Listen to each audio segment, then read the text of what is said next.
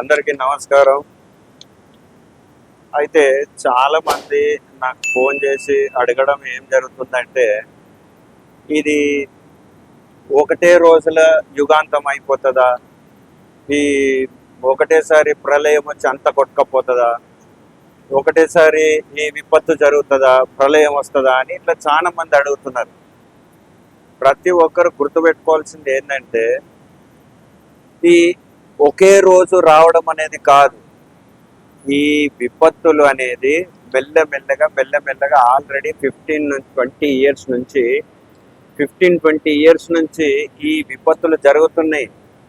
ఇది మీరు గమనిస్తలేరు. కేవలం గమనిస్తలేరు కనుక మీరు ఏం జరుగుతలేదు, భూమి చాలా బాగుంది, భూమికి అసలు ఏం జరుగుతలేదు, అందరం మంచిగా ఉన్నామని మీరు అనుకుంటున్నారు అంతే.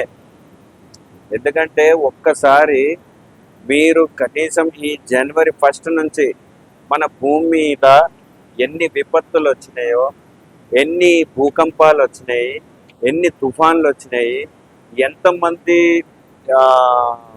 రోగాల బారిన పడ్డారు, ఎన్ని రోగాలు కొత్త రోగాలు వస్తున్నాయి, ఇవన్నీ మీరు ఇంటర్నేషనల్ న్యూస్లో చూస్తే అప్పుడు మన భూమి మెల్లమెల్లగా ఎంత ఖరాబ్ అవుతుందో మీ అందరికి అర్థమవుతుంది. ఒకటే రోజు విపత్తు వచ్చి ఒకటే రోజు ప్రళయం వచ్చి ఎవరు కొట్టుకోపోరు.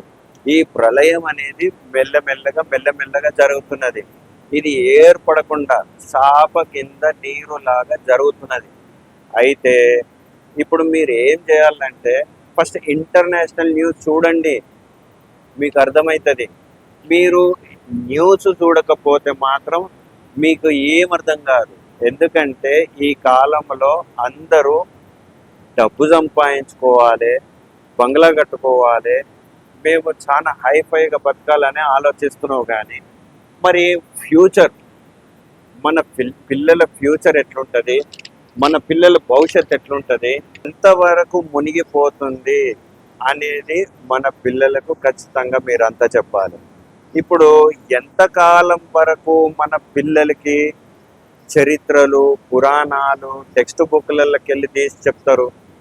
ఇప్పుడు స్కూల్లో కానీ, కాలేజీలో కానీ, యూనివర్సిటీలో కానీ ఇప్పుడు మన పిల్లలకి మీరు పిల్లలని మోసం చేస్తున్నారు అంతే. పురాణాలు చెప్పుకుంటా, చరిత్రలు చెప్పుకుంటా, ఆ ఇంగ్లీషోడు ఫోన్ తయారు చేసిండని, ఆ ఇంగ్లీషోడు ఏరోప్లేన్ తయారు చేసిండని, ఆ ఇంగ్లీషోడు కరెంటు సృష్టించిండని, బల్బు సృష్టించిండని, ఎందుకయ్యా ఆ యొక్క పురాణాలే చెప్పుకుంటా ప్రజలని మోసం చేస్తున్నారు స్కూళ్ళల్లో? మీరు స్కూళ్ళల్లో ఇప్పటి నుంచి చెప్పాల్సింది ఏంటిదంటే, అరే మన భూమి ఎంత వేడెక్కుతుంది, మన భూమి మీద ఎన్ని ప్రళయాలు వస్తున్నాయి, మన భూమి మీద ఎన్ని సునామీలు వస్తున్నాయి, మన భూమి మీద ఎంత అన్యాయం జరుగుతున్నది, మన భూమి వేడి పెరగడం వలన గ్లేషియర్స్ కరిగిపోయి సముద్రాలు నిండిపోయి వాటి వలన ఎంత కోస్టల్ ఏరియాస్లో ఎంతవరకు నష్టం జరుగుతున్నది, ఎన్ని భూకంపాలు వస్తాయి, ఎన్ని రోగాలు వస్తాయి, మీకు బ్రతుకులు ఎప్పటి వరకు ఉన్నాయి. ఇవన్నీ నిజాలు చెప్పండి. పురాణాలు పూర్వకాలంలో జరిగినాయన్ని, ఆ ఇంగ్లీష్ వాళ్ళు తయారు చేసిన టెక్నాలజీని తీసుకొచ్చి పిల్లల ముంగడ పెడుతున్నారు. అవన్నీ అయిపోయినాయి. ఇక లేదు. ఇప్పటి నుంచి ప్రళయం మొదలయ్యింది భూమికి. అయితే చాలా మంది అనుకునేది ఏంటిదంటే ఒకటే రోజులో ఖతం అయిపోతుంది. కాదు, మెల్లమెల్లగా జరుగుతూనే ఉంది. అది మీకు ఏర్పడతలేదంతే. ఒక్కసారి మీరు న్యూస్ చూడగలిగితే, ఒక్కసారి సైంటిస్టులు ఏం చెప్తున్నారో మీరు గూగుల్లో చూసుకోగలిగితే మీకు ఇవన్నీ అర్థమవుతుంది. ఇంకా ఎప్పటి వరకు పిల్లల్ని మభ్యపెట్టి మీకు మంచి ఫ్యూచర్ ఉంది అని ఎప్పటి వరకు చెప్తారు? ఎప్పటి వరకు పిల్లల్ని మోసం చేస్తూ ఉంటారు? ఇప్పుడు యూత్ పీపుల్కి అయితే అసలు వాళ్ళకి ఏం తెలియదు. ఫ్యూచర్ ఆలోచించేవాడు గొప్పవాడు. ఆ ఫ్యూచర్ సంగతే నీకు తెలియకపోతే, ఆ ఫ్యూచర్లో ఏం జరుగుతుంది భూమి మీద అనేది మీకు అర్థం కాకపోతే మీరు అసలు గొప్పవాళ్ళు ఎట్లయితారు, జ్ఞానవంతులు ఎట్లయితారు? అట్లీస్ట్ మనకు కామన్ సెన్స్ అన్న పని చేయాలి. ఏంటిది? అరే ఈ టెక్నాలజీ వలన ఎంత నష్టపోతున్నామో, ఈ యొక్క సైన్స్ వలన ఎంత నష్టం జరుగుతుంది. ఇంకో ఇవన్నీ తర్వాత ఇవాళ 15th ఆగస్ట్. 15th ఆగస్ట్ నాడు ఒక్కరోజు ఈ 15th ఆగస్టు మనకు స్వాతంత్రం వచ్చింది అని చెప్పి సంతోషపడిపోయి చాలా ప్రేమ చూపించినట్టు మన దేశం మీద, ఇది కాదు. జెండా ఎత్తి వచ్చి స్వీట్లు పంచుకోవడం ఇది ఫ్రీడమ్ కాదు, ఇది అసలు పద్ధతే కాదు. దేశం అంటే మట్టి కాదు, దేశం అంటే మనుషులు. ఈ దేశంలో ఉన్న మనుషులని కరెక్ట్గా ప్రేమించకపోతే మన దేశాన్ని ప్రేమించినట్టే కాదు. నువ్వు సంపాదించుకో, బిల్డింగ్లు కట్టు, చాలా ఎడ్యుకేటెడ్ అయిపో, కానీ ఒకటి గ్రహించాల్సింది ఏంటంటే మన దేశంలో ఉన్న మనుషులను మనం ప్రేమిస్తున్నామా లేదా, మొదటిది.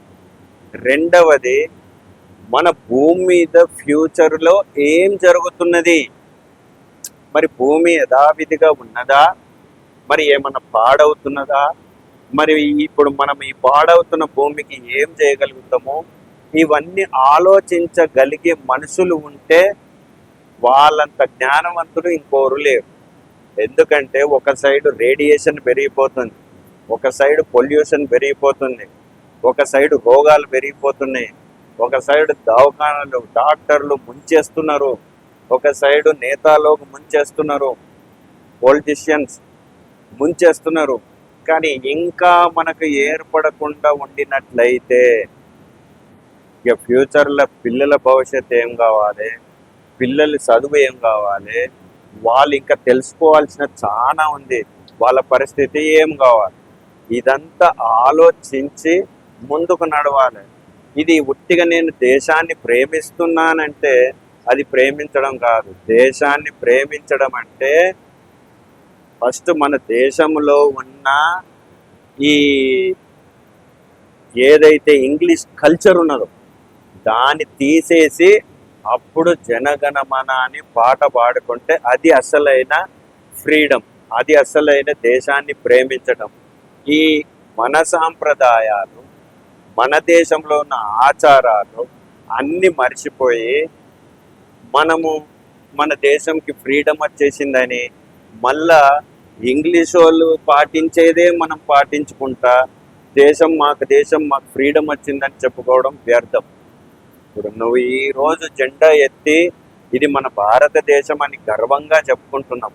ఎందుకంటే మన భారతదేశంలో ఉన్న కల్చర్కు మించి ఏ దేశంలో లేదు. మీరు ఒకటి గమనించినట్లయితే వేరే వేరే దేశాలలో మన కల్చరు వాళ్ళు అలవాటు చేసుకుంటున్నారు.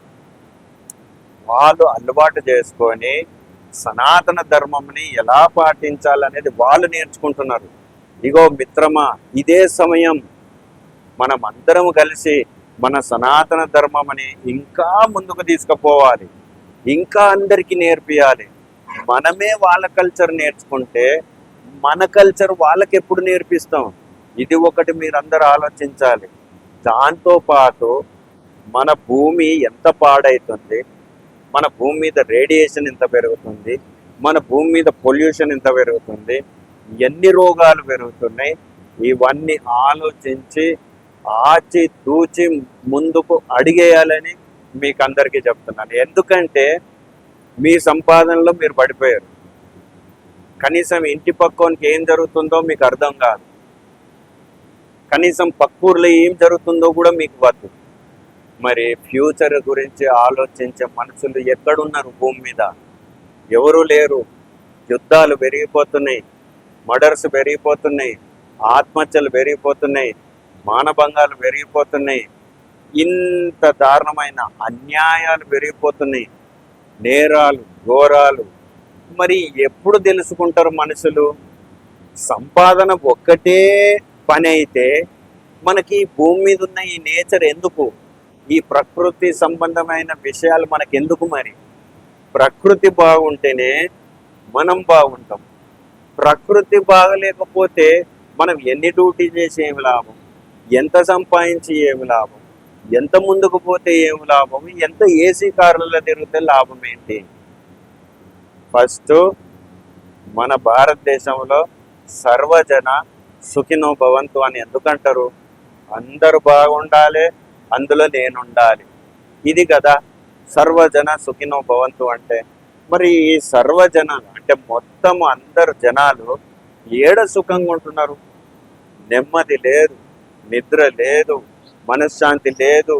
ఎప్పుడు బయటికి పోతే ఎప్పుడు ఇస్తామో తెలియదు, ఏం జరుగుతుందో తెలియదు, మనకి ఎప్పుడు ఏ రోగం వస్తుందో తెలియదు. మనము తినేది మొత్తము కెమికల్ ఫుడ్డే తింటున్నాం, విషపూరితమైన ఫుడ్డే తింటున్నాం. మరి మనకి ఎవరు చెప్పాలి? మన మానవ జాతికి ఎవరు ఎక్స్ప్లెయిన్ చేయాలి? ఎక్స్ప్లెయిన్ చేసిన వాళ్ళ మాట వినరు, మీకై మీరు తెలుసుకోరు, న్యూస్ చూడరు. మరి ఎప్పటి వరకు మన భూమి ఇలానే పాడవుతూ పోవాలి? మన పిల్లల జీవితాలు ఏమైపోవాలి? ఇదంతా మీరు ఒకసారి ఆలోచించినట్టయితే అప్పుడు మీకు అర్థమవుతుంది ఏం చేస్తున్నాం, అసలు భూమి మీద మనం ఏం చేయాలి. ఈరోజు జెండా వందనం, మనం జెండా ఎత్తి పాట పాడి స్వీట్లు పంచుకోవడం కాదు, మన దేశం యొక్క కల్చర్ ఇంకో బయటి దేశాలకి ఎలా చూపించాలి, ఎలా నేర్పించాలి. అప్పుడు మన దేశం ఎంత గర్విస్తుందో అప్పుడు ఆలోచించండి. మనమే పక్క దేశం యొక్క కల్చర్ అలవాట్లు చేసేసుకుంటే మన యూత్ పీపుల్, మన యవనస్తులంతా అసలు మన భారతదేశం కల్చర్ అంతా మర్చిపోతుంటే ఇక మన భారతదేశం ఎప్పుడు బాగుపడుతుంది? మన భారతదేశం ఎప్పుడు ముందుకు పోతుంది? ఎవరైనా సరే మన భారతదేశానికి చాలా వాల్యూ ఇస్తారు, కానీ మనమే ఆ వాల్యూ కూడగొట్టుకుంటాం. మన భారతదేశంలో నీట్నెస్ వెతుక్కోవాలి, మనము మంచిగా ఉండాలి, మన మురికి వాడను తీసేయాలి, పేదరికంని తీసేయాలి. సర్వజన సుఖినో భవంతు అంటే ప్రపంచంలో ఉన్న మనుషులందరూ సుఖంగా బ్రతకాలనేదే మన సనాతన ధర్మము చెప్తుంది. కానీ ఒకరికొకడు అన్యాయం చేసుకోవడం, ఒకరికొకడు బాధపరచుకోవడం, చంపుకోవడం, ఇదా మన సనాతన ధర్మం? మన సనాతన ధర్మం అంటే ఎంత ప్రశాంతంగా ఉండాలి, ఎంత నెమ్మదిగా ఉండాలి, నీ ముఖములో దేవుడు కనపడాలి, అంత ప్రశాంతంగా బ్రతకాలి. కోపాలు, రోషాలు, తాపాలు, క్రూరాలు, క్రోధం ఇంత పెరిగిపోతుంటే సర్వజన సుఖినో భవంతు అనే మన సనాతన ధర్మమని నువ్వు ఎలా కాపాడగలుగుతావు? ఇగో భూమి ఒకటేసారి నాశనం అయిపోతుంది, మనం అందరం వెళ్ళిపోదాంటి అనుకోవద్దు. మెల్లమెల్లగా రోగాలు పెరుగుతున్నాయి, రేడియేషన్ పెరుగుతుంది, పొల్యూషన్ పెరుగుతుంది. ఈ విధంగా మన జీవితాలు పాడు చేసుకుంటున్నాం మనమే, మన పిల్లల జీవితాలు కూడా మొత్తం మనమే పాడు చేసుకుంటున్నాం. ఈ విధంగా ఉంటే మాత్రం ఇంకా 4-5 సంవత్సరాలలో మన భూమి అట్టుడికిపోయి వేడి పెరిగిపోయి మన పిల్లలకు భవిష్యత్తు లేకుండా నాశనం అయిపోతుంది. ఇది గుర్తుంచుకోవాలి.